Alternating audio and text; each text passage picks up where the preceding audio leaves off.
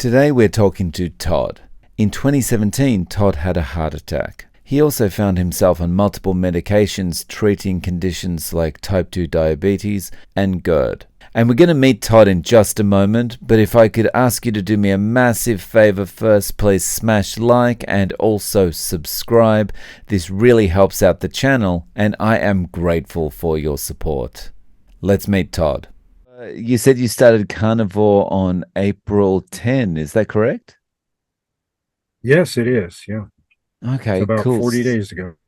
Wow. So only 40 days. So in 40 days, I'm really interested to know how you've gone, but also, why did you get onto carnivore in the first place? Could you tell us about that?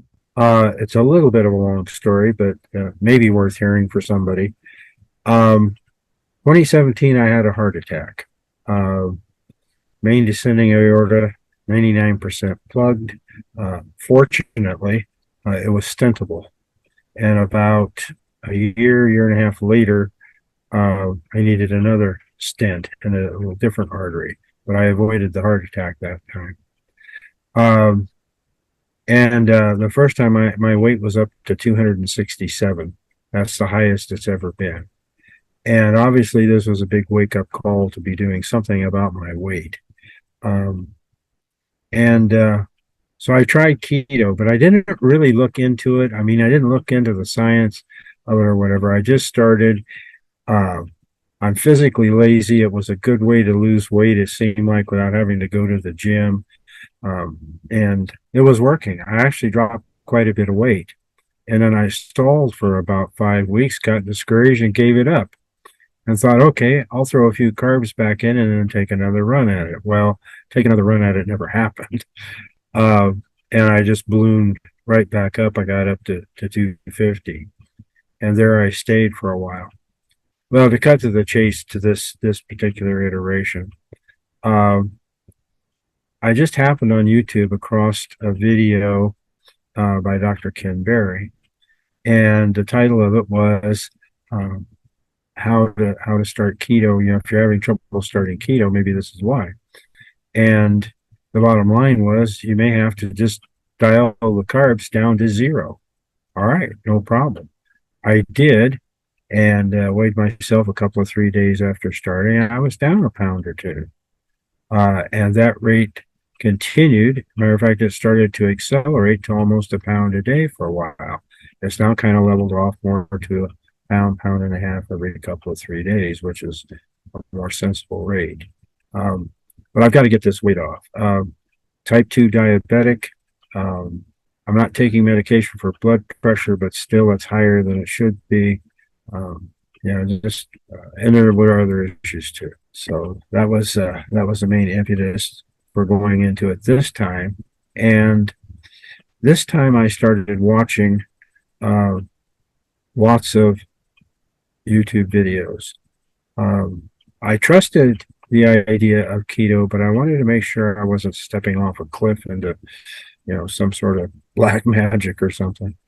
And I've come across some very credible people that are talking about the actual science, not junk science, but actual science. And I believe in science. And I'm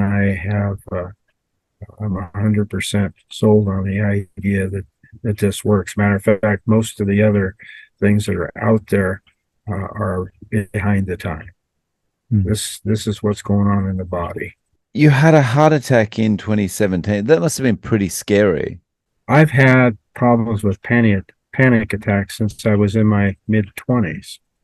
And of course, the big fear that was always in my mind was, you're going to have a heart attack. Well, been there, done that. So I don't worry too much about panic attacks anymore. But yeah, it was scary. Fortunately, it was not I say fortunately. I think fortunately, it was not stabbing pain or whatever. We'd gone out to a big dinner for my sister-in-law's birthday, and I was feeling overstuffed and uncomfortable, especially across my chest. And so much so of kind of an ache, I decided to take a couple of aspirin. Well, it went away. And the next day I'm thinking about it, and, that wasn't normal. I wonder if there's a cardiac element in here. Well, I didn't have to wonder too much longer because about 11, 12 o'clock that night, that ache began as a deep ache across my back mostly and my chest. And it was radiating down the backs of my arms. Well, I know when things start radiating, there's cardiac involved. Fortunately, I live within 2 blocks of the hospital, so I drove myself over there real quick and said, "Hey, yeah, I think I'm having an event." And sure enough, I was. They took me down. I'm about 90 miles north of Phoenix, and took me down there by ambulance. And it was a good heart hospital, and they put a stent in. Everything was okay. 99% plugged. That is scary though. It's Very. And uh, there. Well, I lead a sedentary life. I suppose if I had been uh, exercising or doing something more physical, there might have been more warning signs. But I did learn. This is how I found out about needing a second stent. I had been through an incident with my mother. She was alive at the time, and she was in a nursing home. And I used to put her oxygen sensor on my finger once in a while, and it would be sitting around 84, 85, well below any of the 90s.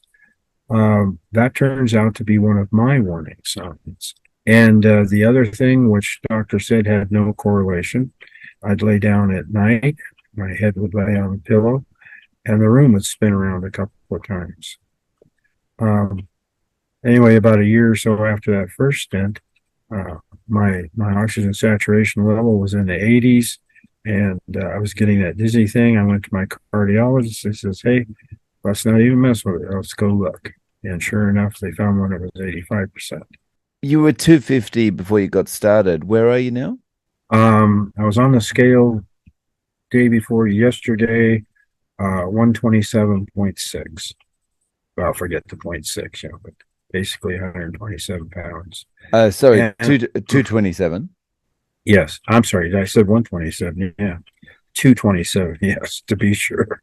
And you mentioned your blood pressure before. Like, has your blood pressure changed? Has it improved? Yes. I don't know how dramatic is, but typically my blood pressure, especially the older I got, I'm 76, was about 130, 135, over 75 to 85 for the bottom number. And now it's at least for the last couple of 3 weeks, it's been consistent around the 127 over, 79, 73. It's dropped a little bit lower.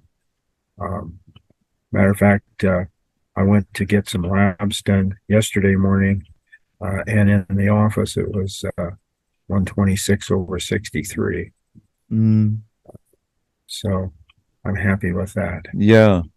You mentioned the type 2 diabetes. Where are we with that? Is that reversed or? Well, I think it takes about a year for reversal, but it certainly looks promising. My blood sugar, I was when the doctor said you have type 2 diabetes, here's a prescription for metformin, take that. And he wanted me to take up to 750 milligrams a day. And those pills are so, I can't swallow anything larger than aspirin.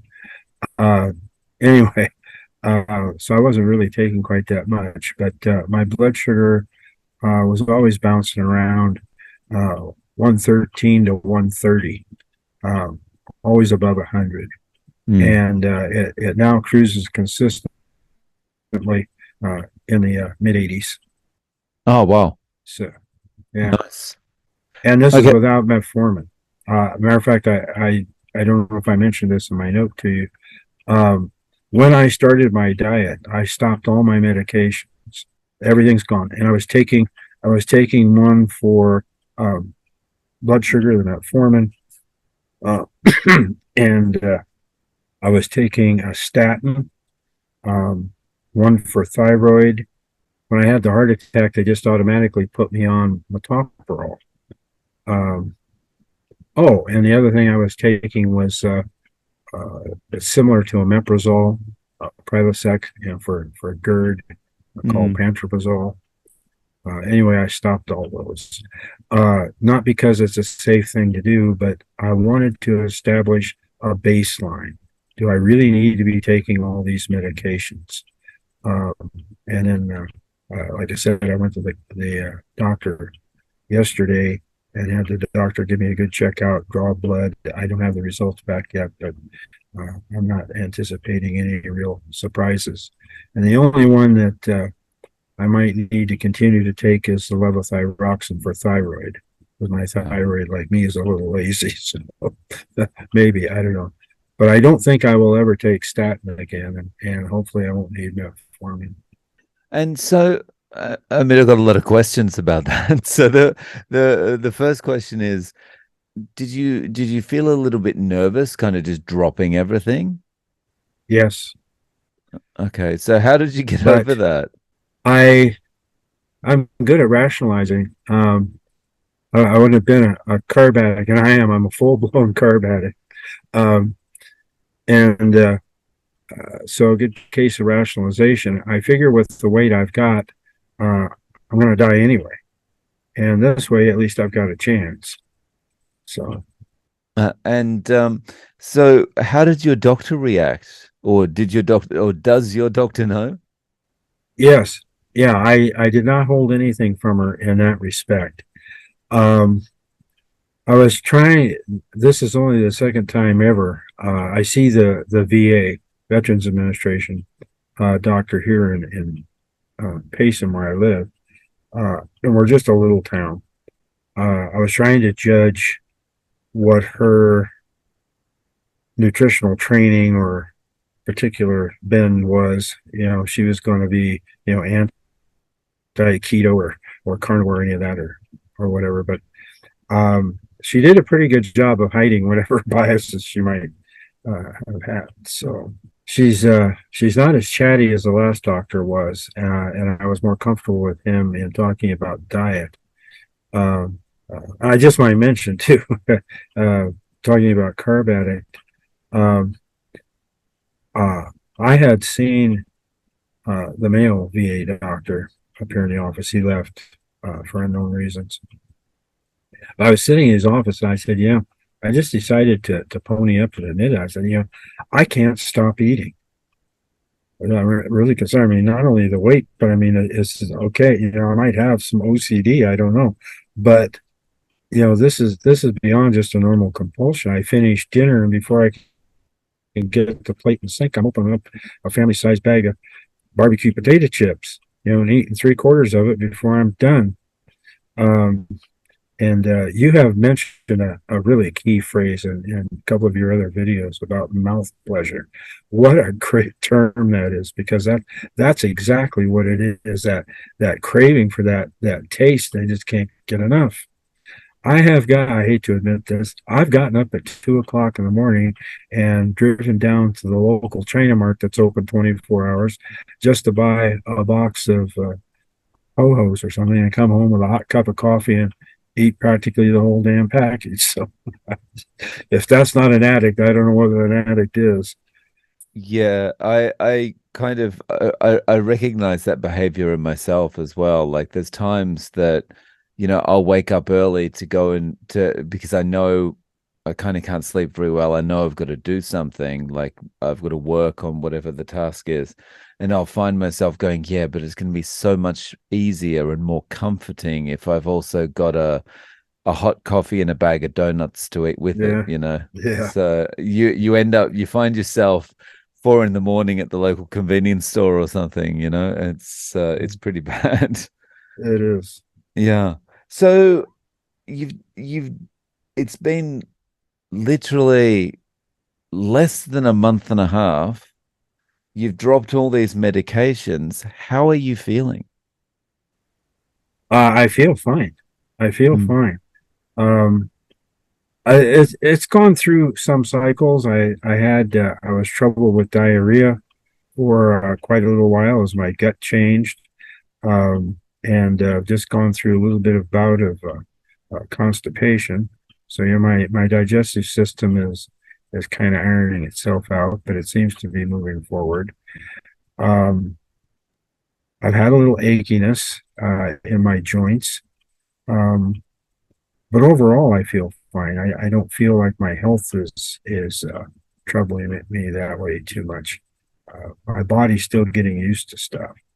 So, and I have to mention too, uh, after watching so many videos, uh, I know that I entered the carnivore diet, breaking several of the things that really people should do. You know, go in slowly and whatever. And I just kind of jumped in the deep end and kind of paid the price. But I was anxious to get started. I got to get this weight off. That's all there is to it. Day to day, what is your eating plan like? How many meals are you eating, and what are the meals like? When I very first started, I was already kind of down to maybe 2 meals a day. I've never really eaten 3 meals a day all that much, but um, I'm single and I don't like to cook. Uh, but when I started this seriously, um, I decided to take uh, a try at doing the fasting. And so I said, okay, well, let's do 2 meals, eat one around, 9, 10 o'clock in the morning, and the other one around 2 or 3. And I had watched a video about getting control of GERD and, other acid stomach problems, and don't eat anything, at least 3 hours before, going to bed. So I made 3 p.m. my cutoff. And I did that for a couple of weeks. And I discovered that I really wasn't all that hungry anymore. And I moved it, this is about 3.5 weeks ago, to 1 meal a day right around noon time. And as a matter of fact, this last 7 days in a row, somewhere in about the middle of that, I actually accomplished a 48-hour fast. And it wasn't because I was dedicated to, I just was not hungry. I think I was coming down a little bit with a cold. That's probably what this cough is left over from. But anyway, um, I'm not finding that difficult to do. I'm not really hungry. And to get to the diet part, mostly a thin prime rib, um, and I haven't been eating bacon and eggs as much as I probably would. I'm not exactly sure why. I'm just not that hungry to eat a great big pile of stuff for that one meal. And I don't seem to be all that hungry in between. So I'm happy with that. Matter of fact, that's kind of one of the major things that has shifted in my life this time around, as my focus has gone away from food. I'm not thinking about it constantly. Um, and I'm happy about that too. I hope that stays with me. You mentioned the GERD. Um, I'm not familiar with a particular medication that you're taking now, but the Prilosec that you mentioned, I've heard of that because I read some case studies about the marketing of that drug. But the regarding the GERD, how's that gone? So that's just disappeared despite not taking the Yes, medication? yes. It didn't go instantly, but Mm. it started improving right away. Um, I'd have problems with this GERD. It's uh, I'd wake up at midnight, 1 o'clock in the morning. My gullet would feel like it was on fire. And this started when I was about 50. And my mom was having problems at that time, and the doctor had prescribed Prilosec for her. So, hey, let me try one of those. And man, for the next 24 hours, I'm acid free. And so the next time I see my doctor, I tell him, no problem. So he prescribed Prilosec. Um, it's an acid reducer, and it has side effects that could be nasty too if you take it long enough. But nonetheless, it was acid relief. And when I started taking metformin and Prilosec don't play well together. So the doctor switched me over to pantoprazole. Prilosec is its generic name is omeprazole. So I guess they're in kind of the same family, but um, yeah, it uh, for the first week, maybe week and a half, um, my stomach would get acidy enough to where I needed to take a tum, um, and whatever, but that didn't seem to last all that long. And now I'm not troubled by it at all. When you think about this, this is amazing. You started doing this on April 10, and a condition you've been taking medication for years has just gone in just over a month. Yes, It's amazing. I mean that just listening to that gives that would give a lot of people hope, right? I hope so. Mm. Um, I have never been what I would call ultra sensitive to medication. So it's possible that my body wasn't really reacting to it all that much. I know it was having some effect, but uh, because periodically I get lab work done.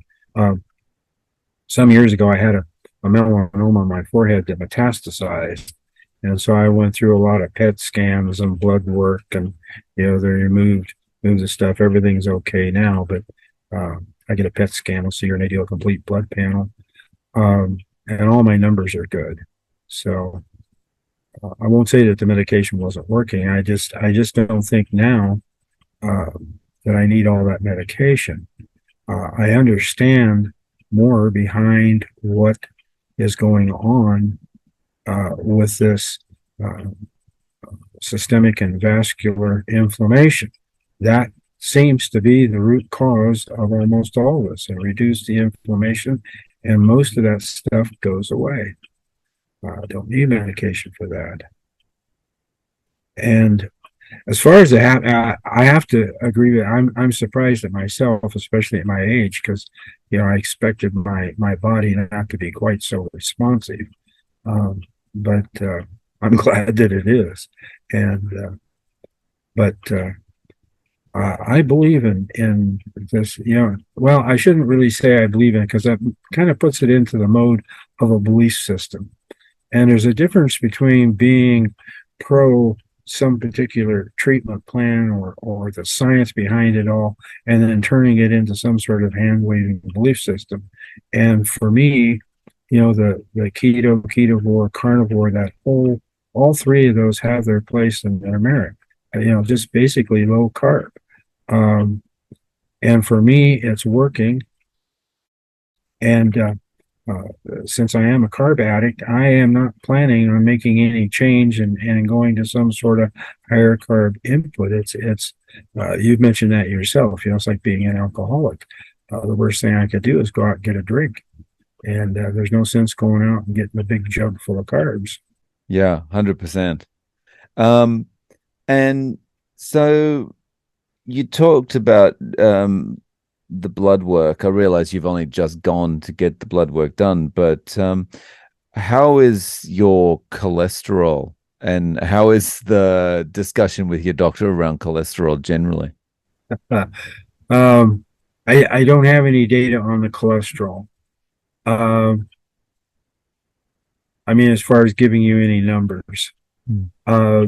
the previous doctor I had said, your overall number is okay, but you need higher HDL, and push down the lower uh, LDL. Um, and that seemed to be okay in terms of the last numbers. I don't remember what they were, but uh, I know more about the cholesterol and its role in cardiovascular disease. And so I'm not really too worried. Well, I did tell the doctor yesterday when I was in her office, I said, you're probably not going to like my cholesterol numbers. But again, she didn't really react. I don't know. I'll have to wait until I get the results back. So we'll see. But Um, I've got to do this based on what I know. Um, and because I realize doctors, and she's just a new MD to start with. Um, and I don't know how she was trained, classical or not. I have a nephew, smart as a whip. Um, he's an anesthesiologist, and but he was trained in the old paradigm. Low fat, you know, significant carb and so forth, and doesn't think keto or being in ketosis is a good thing long term. And that tells me right there that what his belief system is not with the current research. That's something I find to be. I actually get angry about that.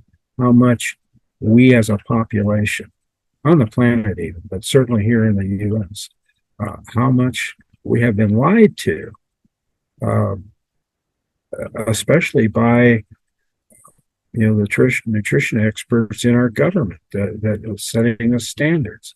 Uh, it's scandalous, is what it is. It's really unfortunate. Very. I think I like to think that, generally it's not a person by person thing. It's like the the nutritionists on the ground, or the doctors on the ground. I like to try and think that they think they're doing the best job they can. Um, and they've just been trained in a particular way. It's just that the influence up high of money has just been too strong over the years, and it's just got out of control. Absolutely. Yes. Yeah, I it's agree just with that assessment exactly. Yeah, yeah. I don't feel like doctors have any kind of a personal vendetta or whatever. A lot of them have just not been trained in that. Uh, there's been a lot of I'm just going to come out and say phony research done that's been bought and paid for. I don't know that for a fact how much it is, so I guess I shouldn't say that, but it has to be. Um, there's an old saying among people that do a lot of statistics, torture the data till they confess, meaning you can twist stats into doing whatever you want them to do. Um, and that's what's been done. And sadly, all for a buck. And the thing is, with when it comes to money like that, as time goes by and the money gets better and better, and then it gets harder and harder for the people who are benefiting to pull back, and they get deeper and deeper into it, and Yeah. and it's just spirals out of control. Um, so one thing I did want to touch on about, sorry, this is back to medications, was the statin. What do you feel like anything has changed? I know you dropped all the medications at once, but do you feel anything's changed after stopping the statin? Like in Uh, relative to what maybe was a side effect of when you started taking it. at first, what I experienced, it was a very physical kind of a sensation in my head. This was about 3 weeks ago. Well, it was a good 30 days after dropping the meds. And I was sitting in front of my computer, um, and I was playing with a math problem or physics or something. Um, and I don't know, it was just kind of this odd feeling. I can't describe it. It wasn't tingly or anything particularly scary, and it only lasted for a couple of seconds. But it was like somebody lifting a veil out of my brain. And immediately, my mental acuity is much sharper. I don't know how to quantify it, I don't have any way to measure it, but I mean, it was a definite difference. I immediately thought back over the last year, and I could see various places in that timeline where my reaction to things was not what my normal reaction would be. And at the time I was going through, and this is like I was doing some programming for a small FM radio, automated radio station here in town, where I was just programming the spots in the playlist. And I was making stupid mistakes. And this is after doing it for a while. I mean, this is a very routine, same step or whatever. And I'm making big mistakes and not catching them. And I thought, wow, is this Alzheimer's already? And I mean, it's just, because I've always kind of prided myself on my brain just a little bit. And so anyway, and then it even crept into my behavior. I got into a bit of an argument with a good friend. This was at, I belonged to an amateur radio club, and we got to pushing each other's buttons. And I was looking at my behavior, man, I was like a 2-year-old having some kind of a tantrum. That's not like me. I mean, I can throw a fit as well as anybody, but normally not under that circumstance. And then when I just happened to come across, I guess it was another video, it doesn't matter, about one of the side effects of statins being the onset of dementia. And when you stop taking the statin, the dementia goes away. And the time frame is about right for that, about 30 days, for it to get out of my system. So that's what I'm thinking happened. And it could have also been contributed to by no carbs, because carbs can cause, I've heard, some brain fog. But this was a definite event where it's just, the veil lifts out of my head, and all of a sudden I can see clearly again. Just as you're talking there, I mean, that's it's an amazing story. And just see you talking there, I'm just thinking to myself, like, you're really lucky that you were able to get off it, because I haven't been on a statin, but from what I've read, like, it's almost like people are told it's a life sentence for you. Once you're on it, that's it. There's no getting off it. So, yeah, when you did stop, was it pretty bumpy getting off all those drugs at once? I'm going to answer no to that, because I'm not aware of going through any kind of particular withdrawal. The GERD medication that didn't go away completely, but the rest of it I didn't notice any difference at all.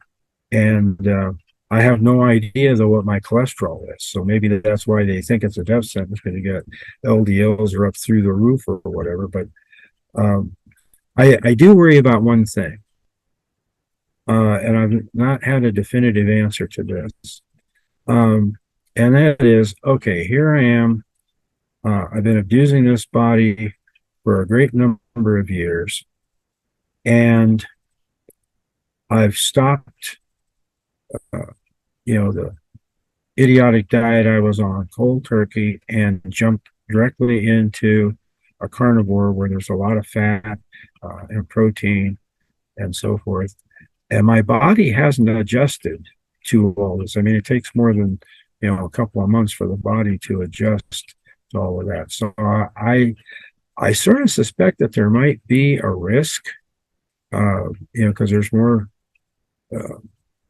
junk floating through my arteries, and my arteries, there may be other areas that are inflamed and closing down. I mean, I could be asking for a heart attack or a stroke. That's not out of the realm of possibility.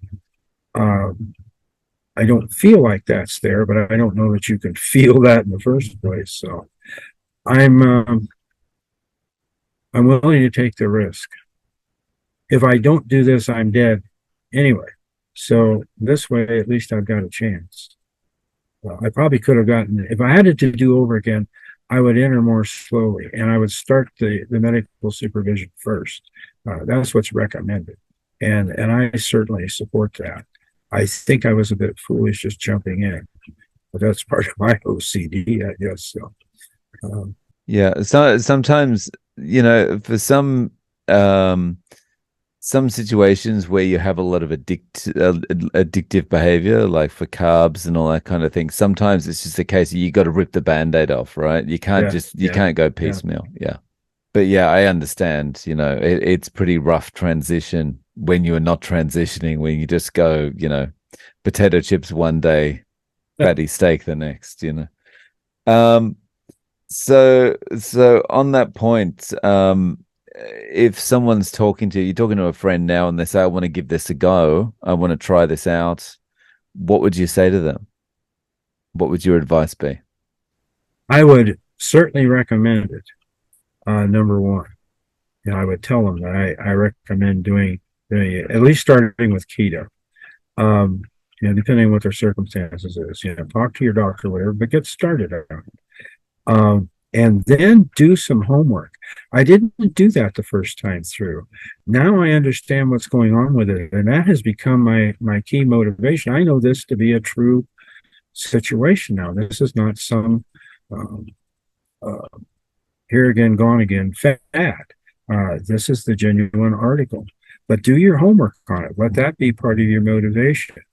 Um, and don't be afraid to reach out. I'm extremely grateful that there's channels like yours where you're interviewing people and talking to them, because I've watched those too. I get a lot of encouragement doing that. I don't have anybody immediately around me, to cheer me on. So it's kind of nice to be part of this community out here on YouTube, and get the support from channels like yours, and yours in particular. I really enjoy you. You've got has some good guests on there, and I very much appreciate your channel. Oh, thank you. Um, and look, I think that's definitely good advice that you're giving to your friends, like that you would be giving to your friends, like you know, finding a community, whether it's via videos or whatever it is super important, because it can get pretty lonely when you're the only person that's eating nothing but steak. Yeah. Um, yeah. So what are your goals going forward? Like your goals as far as things like weight and stuff like that, and also maybe what like do you have goals related to things that you want to do now that you're feeling better, and or maybe exercise related stuff? Oh, absolutely. I'm not great on exercise per se. I find it boring. I say I'm kind of just a big sloth.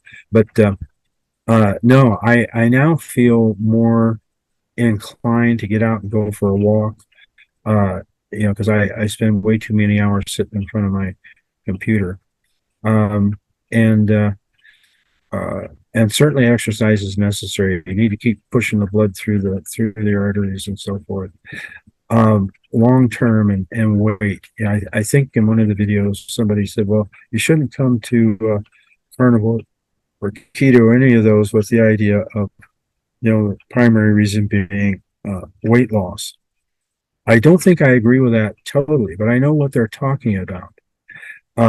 It's a good way to get started, but any weight loss that's going to be permanent, and let's face it, there's just a huge high percentage of diets that fail. And if they're not approached right, I suppose even keto, they're bound to fail. Uh, you have, I have to make it a lifestyle change. It has to become part of the lifestyle. It's not like being on a reduction of calories so I can drop 5 pounds and fit into my favorite sport coat. That's not the reason here. This is for permanent health, and that's the only way that's going to work. So that's my long-term goal. I'm worried whether I can do it. I'll be brutally honest here. I don't care much for the healthy diet. Um, I mean, steak tastes okay. It tastes good, and I always kind of look forward to having. I didn't have that many, but I'm kind of tired of it. And I think that that's okay, because my focus is staying away from worrying about what I'm going to eat. Uh, so the drudgery kind of keeps me from falling off the straight and narrow a little bit. I'm not sure how that's going to change in the future. Um, I hope I can mold this into something that's got a little more creativity. And I'll tell you just a little secret. I'm not absolutely 100% carnivore. I sneak a little bit of chopped cabbage and maybe a little bit of chopped celery and a little bit of onion in my ground beef when I have that. So, but I don't think there's many carbs in that. So, anyway, that's a secret. I won't be telling the carnival police about Okay. it. Nice. And so you're in Arizona now. Yeah. Um, have you been in Arizona most of your life? Have you traveled around a lot? No, I've not been. I've been in Arizona for the last 27 years. Prior to that, I came from the Northwest. Um, I've not actually really traveled very much. Uh, Many decades ago, I was in the Air Force, um, and I even didn't get to travel much then. Um, Couple of schools, off the West Coast, but I never left the country. So I've not actually traveled a great deal. And I sort of wish I had. I think it would have been a neat thing. But yeah, I like it here uh, we're at the town of Payson is the geographical center of Arizona. And it's up about 5,000 feet. So it's not quite as hot as it is down in the valley. It has its moments when it's hot, but uh, there's a lot of warm weather. We get we get the storm that's going on outside. That's a common occurrence a little later on here this summer. We move into a monsoon season. I had never heard that Arizona had a monsoon season, but yeah, every day around 3 o'clock, storm moves in. We get the so-called monsoon. I'm surprised to hear that. I thought Arizona was a dry climate, so I thought the May too. monsoon was a more tropical thing. Yeah. Well, it's a tropical airflow that bends its way up north from its normal path and swoops down through Arizona. So, Wow. yeah, I had no idea. It's kind of scary when the lightning's banging around. Um, Arizona gets the nation's second largest amount of lightning hits. Florida, I think, takes the first prize in that. So I get a lot of lightning strikes. Wow. And it's scary. Start a lot of fires. So, Todd, is there anything else you'd like to share about the diet, about things generally going on with you? Anything that we haven't covered?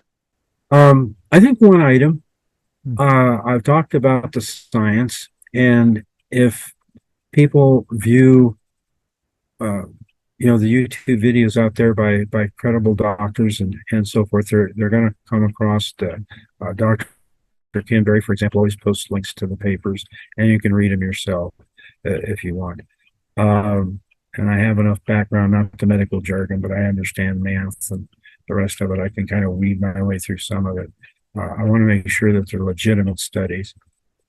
Um, but then I've been watching these things for a while now, pretty steady.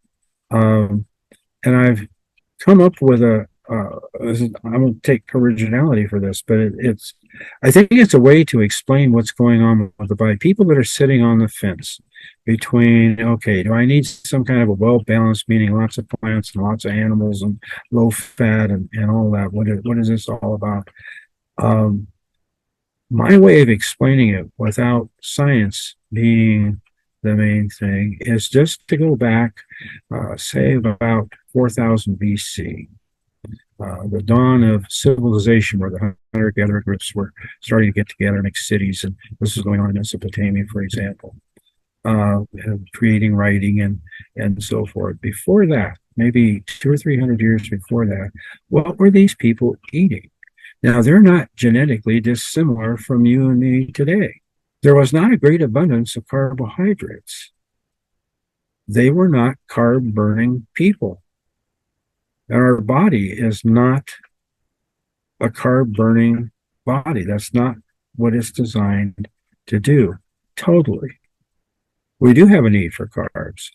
And if the videos I've seen so far are correct, the liver will produce all the carbs we need. There's a number of processes going on in the body that require the carbs. And another reason why they're there too is the fight or flight response. Carbs turn into energy in the muscles very quickly, faster than ketones do. But just, normal everyday living, we're, pretty much a, fat burning kind of a body. I think Dr. Sivos addressed this in saying, the carb thing is kind of a secondary fuel of carnivorous diet. Things aren't there for us to eat, and we can at least get by on plants as for survival. So I don't think we're a true omnivore. We're definitely carnivorous. That's the best state. The brain likes it. The heart likes it. And why would I want to do anything else? To me, that's a great explanation without a whole lot of science in it that says what this body is designed for. I mean, there's no belief system going on there. There's no politics, no religion. This is physiology. Why would you do anything else? So that's what I would like to get across to people that might be a little bit afraid to try this sort of a change in their lifestyle. It's very well said, I think. And it's the science doesn't care about, or the physiology doesn't care about your feelings about politics or religion or anything, right? It just does what it does. Yeah. Well, Todd, thank you very much for spending some time with us. I really appreciate it.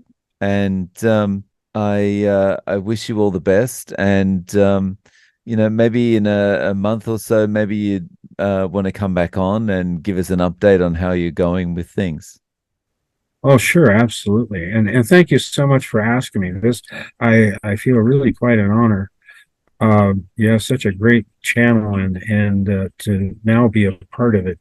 I really appreciate that. I was a little scared getting on here, but you've made me feel at ease and part of it. So I very much appreciate that. And certainly I'm very willing to give you an update at some point in time. And thank you for having your channel. Guys, thanks for watching. Please don't forget to click like and subscribe, and I'm looking forward to seeing you in the next video.